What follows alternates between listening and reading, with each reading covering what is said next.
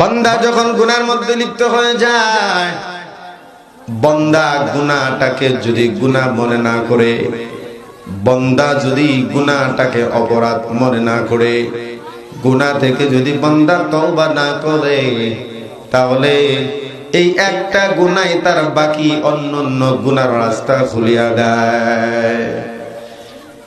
মিথ্যা কথা একটা বলার পর যদি অনুশোচনা না হয়, তাহলে এই মিথ্যাটারে ডাকার জন্য আরো হাজারো মিথ্যার আশ্রয় নেয়। কথা কোন ঠিক না? ঠিক।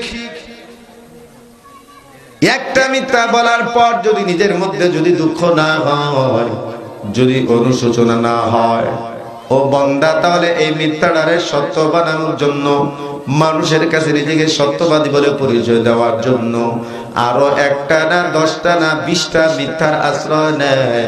তার কাছে মনে হয় না এটা মিথ্যা কথা, এটা হলো কবিরা গুনাহ।